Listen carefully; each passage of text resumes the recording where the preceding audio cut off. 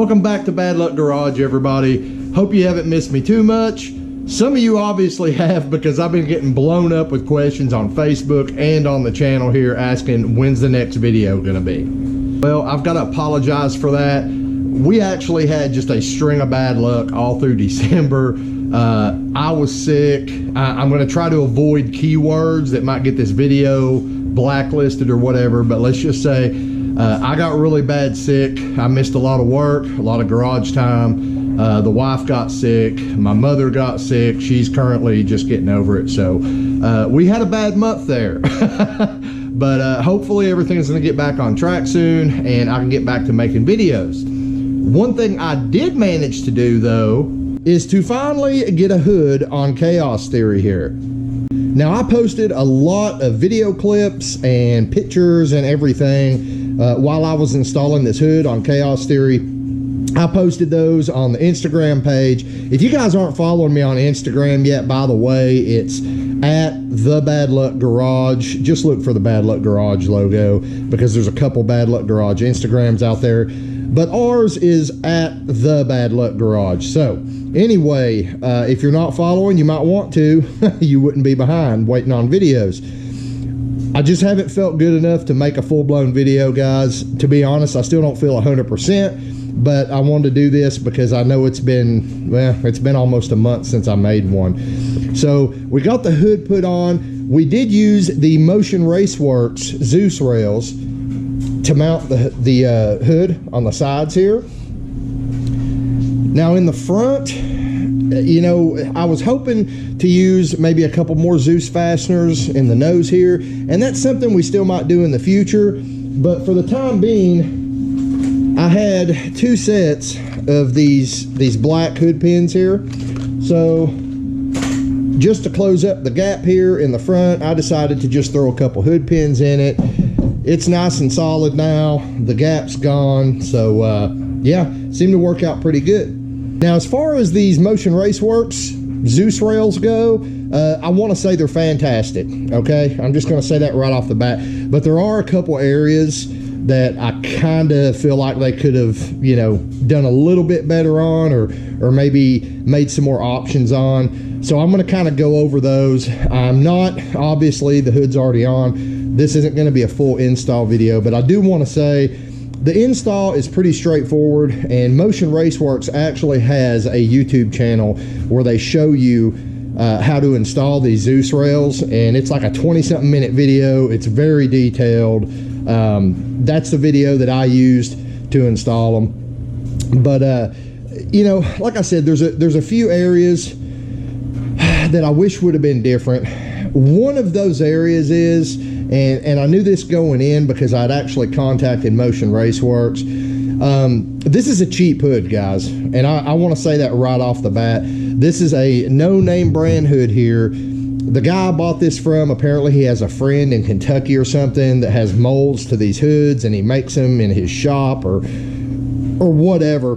But this hood was extremely thick. It was like over 300 or 300 hundredths of an inch. What, you know, it was thicker than a quarter of an inch, okay? And it was varying thickness all the way around.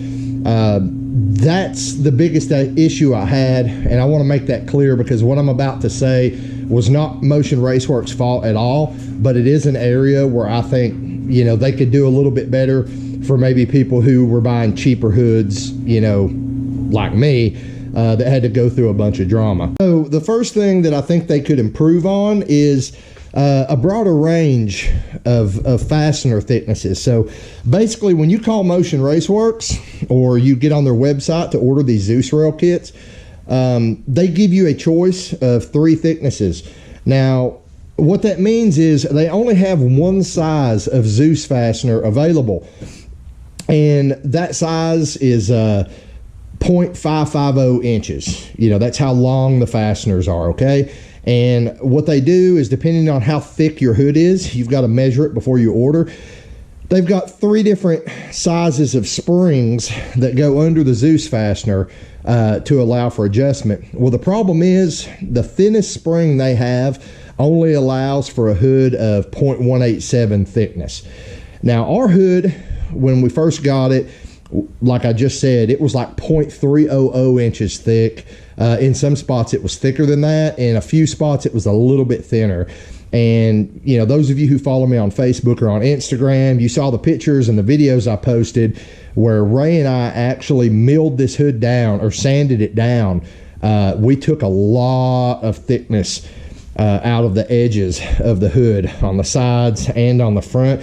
We actually still have to work on the front some, because the hood is thicker over here than it is over here. So we're gonna have to sand down the bottom edge of this hood here, and that should allow the hood to seat a little bit better. I mean, there's not a gap really, just a tiny bit of a gap here, but if we can mill down the thickness here, it'll allow it to sit level. Anyway, my point is, they make a 0.600 thick fastener. And you know, if I could have used those fasteners, I probably wouldn't have had to sand so much thickness off of the hood. You know, that was my whole point with that. Now, again, this is not Motion Raceworks' fault. They told me straight up that my hood was too thick for their fasteners. So they even offered to just send me the rails and let me buy my own fasteners. But you know, me liking to keep things a little simple, I was like, no, just send me the kit with the thinnest springs you have, and I'll make it work. And that's what we did. We managed to mill the hood down, or sand it down, to where all around the edges, or the sides, was like 0.200 thick. I didn't want to go any thinner because I didn't, you know, I was kind of iffy about the quality of the fiberglass, and I was afraid the hood would crack or something like that. So we went 0.200 thickness on the hood. And then I had to, you know, make some little tweaks. So basically what I did is I bent the springs. So this, you know, let me take the hood off and I'll show you what these Dzus springs look like. Those that don't know, these are the Dzus springs. And when I first got them, the Dzus springs were like that tall. So the whole point was I needed to get these Dzus springs closer to the opening here so that the fastener would be able to grab a hold of them, even though they were technically too short. So all I did was I took a pair of pliers before I attached the springs. I took a pair of pliers and I just kept squeezing the coils of the springs here, just kept squeezing them and squeezing them until they kind of collapsed. And once they collapsed down, I got them on. And it was kind of tight at first, guys, I'm not gonna lie. The first time I got the fasteners hooked, it was a pain in the butt. Like I had to just bear down and twist, and I thought about even putting some grease on the fasteners. You can see the fasteners here. You know, basically they come down, there's an opening there, it comes down and it grabs that spring, and then as you twist, the spring rides up into here and then catches. And I thought about putting dabs of grease in here to make it engage more smoothly, and then I was like, no, it'll break in, and it did. After we've taken the hood off and set it back on, you know, and clamped it down probably 10 or 11 times now, they actually eased up and they're getting easier and easier to unclip. So, you know, a longer fastener, like a 0.600 fastener, would have been perfect from the get-go, and I probably wouldn't have had to bend the springs, you know, or do anything like that. But I made it work, and it works great. The hood goes on easy now, and you can see where I sunk the hood pins here and here. I'm pretty happy with it overall, I gotta say that. But one other area where I had an issue, and this is 3rd gen Camaro specific. So at the back of the hood, I don't know if you can really tell on camera, but the hood is not flat back here. The hood actually starts at the edge, and it arches up like this. So that creates a problem because the rail is actually, you know, it's just flat. So, and again, this is something I'm not sure if you're gonna be able to tell, but what I had to do on this back one, the back corners on both sides, is I actually took a pair of these guys, and I had to bend that last one up. So all through here, you know, it's flat, flat, flat. And then when you get to this last one, it's kind of bent up a little bit to try to meet the hood. Well, that wasn't enough. And even after bending it up, the Dzus fastener still would not reach the spring. So what I did on this very last one, since there was a gap about like this between the surface and the bottom of the hood, I actually mounted the spring upside down on these last two. See if you can tell, the spring is pop riveted upside down, so it's almost flush here where the others are sunk down in there somewhat. This one's flush. So what happens is when I clip that last Dzus fastener down, it actually flexes this up a little bit instead of flexing the spring up. You know, this whole piece kind of flexes up a little bit, and it just lays it on there nice and level. Looks good, it's clamped down good, and that's it, guys. So that's my little trick for you if you're doing these Dzus rails on a 3rd gen. You know, that's pretty much all I can tell you on the back. It would be kind of nice if, and you know, I don't even know how Motion Raceworks would do it, but you know, if they already just flipped those tabs up, those last tabs on each side, so you didn't have to sit there and try to bend it and get it at just the right angle. But those are my only 2 complaints, guys. You know, I wish they had longer fasteners available, and you know, I wish the rail, you know, that they would actually tweak the rail to the contour of the hood in the back, so I didn't have to figure that out. But now you know, so if you do decide to put these on here, and you know, I'll put a link to Motion Raceworks website in this video description. And by the way, I'm not sponsored by Motion Raceworks. You know, I paid for these rails. I actually got them on a Black Friday sale, so I got like 20% off, or it might have been 30% off. I don't remember now, but you know, they're not sponsoring me. So everything I'm saying here it's just, you know, kind of what I figured out. Now, one last thing I want to say when you're mounting these, in Motion Raceworks video, they tell you to use screws on the little sliders here when you're setting the rail height. Well, there's another video where a guy is using, where are they at? The guy is using Clecos, okay?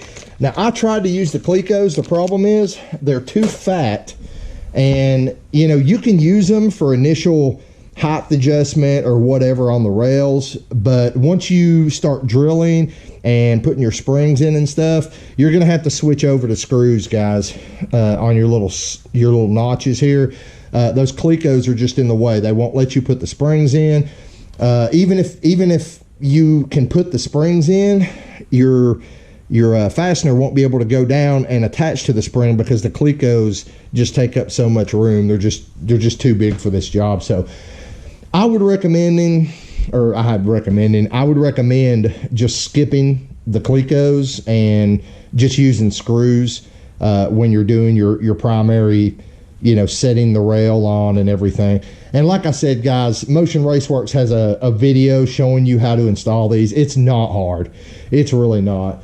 The only thing you need to install these, and to do it correctly and easily, is, you know, you need you a little digital caliper like this. You can get these for about 10 bucks at Harbor Freight, sometimes cheaper if you got a coupon. And you're going to want a square, like a carpenter square, to hold your line here. That's really the only 2 specialty tools you need. But I gotta say, guys, after getting this hood installed, it actually feels kind of weird driving this thing with a hood on it now. I mean, we've been driving it and racing it for a year now with no hood. And I put the hood on, and me and my wife actually went for a cruise yesterday, and you know, drove it all over town. And it was kind of funny because I don't know, it just felt weird having a hood. But at least the cow's so big, when I'm sitting in there, I can still see in, and I can see the engine and everything through the cowl. So that's kind of cool. I did want to address just a couple other things while I'm making this video, some questions you guys had. The video before this, I was talking about doing the turbos. I was showing you how I was going to mount the turbos. I'm 100% sure, you know, what I showed you in the last video, that's exactly how we're going to do it. They're going to be facing each other between the engine and the the radiator, just like I shown in the last video. But I just want to say, guys, a lot of you guys are like, hey, when are you going to do the turbos? We are currently waiting on a radiator, because here's the issue I have. We are getting a radiator from Alloy Works. They're sending us an aluminum radiator with dual cooling fans and an aluminum catch can. We're getting that in exchange for doing a review on it. So before I ever even put it in the car, you know, we're going to check it out. I'll just do a short little review video to make that, you know, their company happy. Well, as long as it, you know, hopefully the review goes well. I have had reviews where the parts I've reviewed have ended up being trash, and the company was like, no, don't post that video. Hopefully it's a good product, and, you know, I don't find any leaks or any screwed up places on it, and they're happy with the video. But the problem is, I cannot start doing the hot side until we get that radiator in. I kind of explained it in the last video, but basically we're using an 84 through 90 Corvette style radiator that's shorter and narrower than this radiator, because we're going to try to shove that radiator up here as far as we can get it to give us more room here for the turbos. So obviously I can't start marking up the turbos yet, because I don't know exactly where that radiator is going to sit. I mean, ideally I would like to have it all the way up here underneath this, but I don't know if it's going to fit. So that's why I just went ahead and threw everything back together here, so I could still drive the car and have some fun with it while we're waiting on the radiator to get here. We originally had planned for that to happen in December. The company who is supposed to be sending me the radiator and everything, they're back ordered right now. Apparently they had a fantastic Black Friday week or whatever, and it wiped out their inventory. So I was told that they will be getting back in touch with me this month, and hopefully, you know, getting that stuff sent out. As soon as that gets here, guys, as soon as it gets here, I will get started with this. We'll do the radiator install first, because I'm going to have to make probably some kind of custom hose, upper hose. We're going to have to do a little bit of rewiring for the dual cooling fans instead of the single fan, and we are most likely going to take that away from the Holley and just use an adjustable cooling fan controller for now, because I'm going to need all the outputs that this Holley HP has to give me. So for the time being, we're going to have some systems that's not going to control, such as the cooling fans. Later on, maybe we'll get a Dominator, who knows, and I can put all that back on the Holley. But for now, I need all 4 outputs. So we're going to do a little rewiring there. We're going to get the radiator in. Then as soon as that radiator is in this car, we're going to start fabricating our hot side, guys. I mean, that's, you know, that's the plan of attack. I explained that in the last video, but I don't know if some of you guys just missed the video or what, because you've been bombarding me with, hey, when's the turbo build going to start? I've been getting bombarded with that on Instagram and on Facebook, and even in the comments of some of the other videos on the channel. So, you know, if you missed the last video, I suggest you go back and watch it. I explained a bunch of this stuff, but there you go. I said it again for you. What's coming next while we're waiting on the radiator? Well, I finally need to get this UMI adjustable anti-roll bar installed. So that is going to be the next video you see. I'm actually going to get started on that tomorrow after work. It shouldn't take too long, so it's just going to be a matter of, you know, getting it filmed and edited and all that. So you'll see that video. Then I've got some stuff that was sent to me from a company that we're gonna well, you'll just have to wait and see, but I got some products sent to me, and we're gonna try all those products out. We're gonna do a, you know, kind of a little, I don't know if I'm gonna make the whole video about those products, but they're definitely gonna be in the video after the anti-roll bar install. So that's what's coming, guys. I'm sorry once again that it's been like a month since I put a video out, but hopefully, you know, you guys understand what was going on now. It was just a really bad month for everybody in this house and, you know, at my mom's house. So I did what I could, guys. I tried to keep you kind of in the loop with what was going on Facebook and Instagram. If you're not following me there, then when stuff like that happens, I don't know what to tell you. If you want to know what's going on with the channel between videos, that's the best way to know. The fun stuff is CC has a hood now. I'm really happy about it. I think it looks badass on there. I'm not sure if we're going to paint it or I don't know.